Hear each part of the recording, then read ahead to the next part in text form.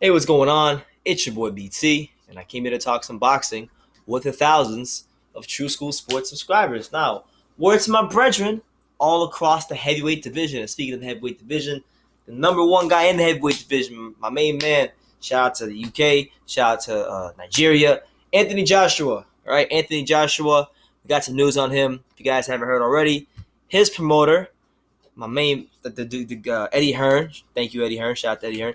Eddie Hearn came out and he basically kind of revealed some plans that he's making for Joshua, not for this year, but obviously next year. Now he stated in the article that he wants a Anthony Joshua versus Joseph Parker unification fight by the middle of 2018. Obviously, Joseph Parker has the WBO heavyweight title. Anthony Joshua, I believe, has the IBF and WBA heavyweight titles. So, that's a fight that since before Joshua or Parker were world champions, you can go back and look at this channel. That's a fight that I've always kind of wanted and I talked about. And it's a fight that I still want. Maybe not as excited about as I once was because I feel like, Parker's Joshua's gotten a lot better and Parker has gotten a little bit better himself. But I think Joshua has probably surpassed where Parker's at right now. And Parker has a lot of work to do to catch up to where Joshua is at, in my opinion.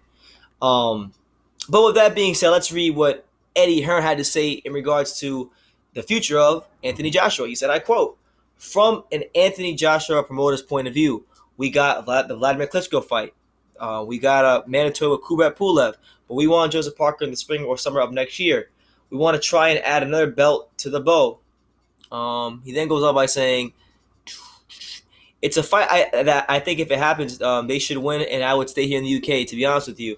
I would try and knock off all these guys that would make my profile so significant that the Anthony Joshua fight becomes a huge UK and worldwide event. Certainly victories over Huey Fury and Tony Bellew or Dillian White would put Joseph in a brilliant position to earn lots of money in the fight with Anthony Joshua and put him in a position where the fight is a necessity rather than a potential fight. And end quote. So I gotta agree with Eddie Hearn, man.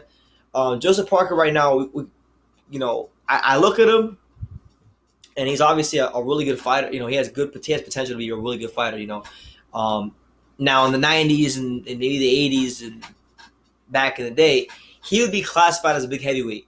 But we're in the era of the super heavyweights. So these guys are 6'6", 6'7", 250, and they're athletic and they can punch and whatnot. So he's not undersized heavyweight, but he's not a big heavyweight. He's just a regular heavyweight as far as height goes. But he's built real well.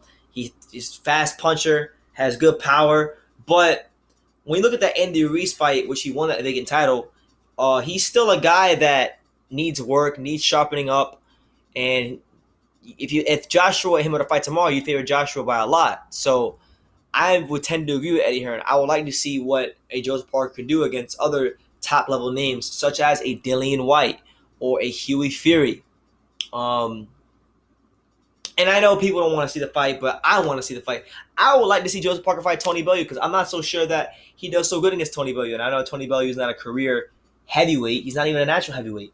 But Tony Bellew is a guy that they write off all the time, and he just finds a way to win, man. So I don't even think Joseph Parker, being as close as he is in dimensions and height and stature to Bellew, I don't think that's a gimme for him either. He really has to show me something because Andy Ruiz gave him problems. I know Andy Ruiz is a solid fighter, but if you're supposed to be one of those guys, and to me, Joseph Parker has always been, and even though I'm not as high on him as I once was, I'm still pegging him as one of those guys. If I'm picking someone to be Anthony Joshua, this is one of those guys, and he's got to show me something. I think the Ruiz fight was a good learning experience for him, but he needs to be the Dillian White. He needs to be the Huey Fury to make that fight worth Joshua's while and Eddie Hearn's while and make the fight happen, So, obviously it's a unification fight, so as a boxing fan and someone who wants to see an undisputed champion, I want to see it happen, but I would also like to see Joseph Parker get a little bit better before I see it happen, because if he fights Anthony Joshua right now, I don't see him competing at a high level with him.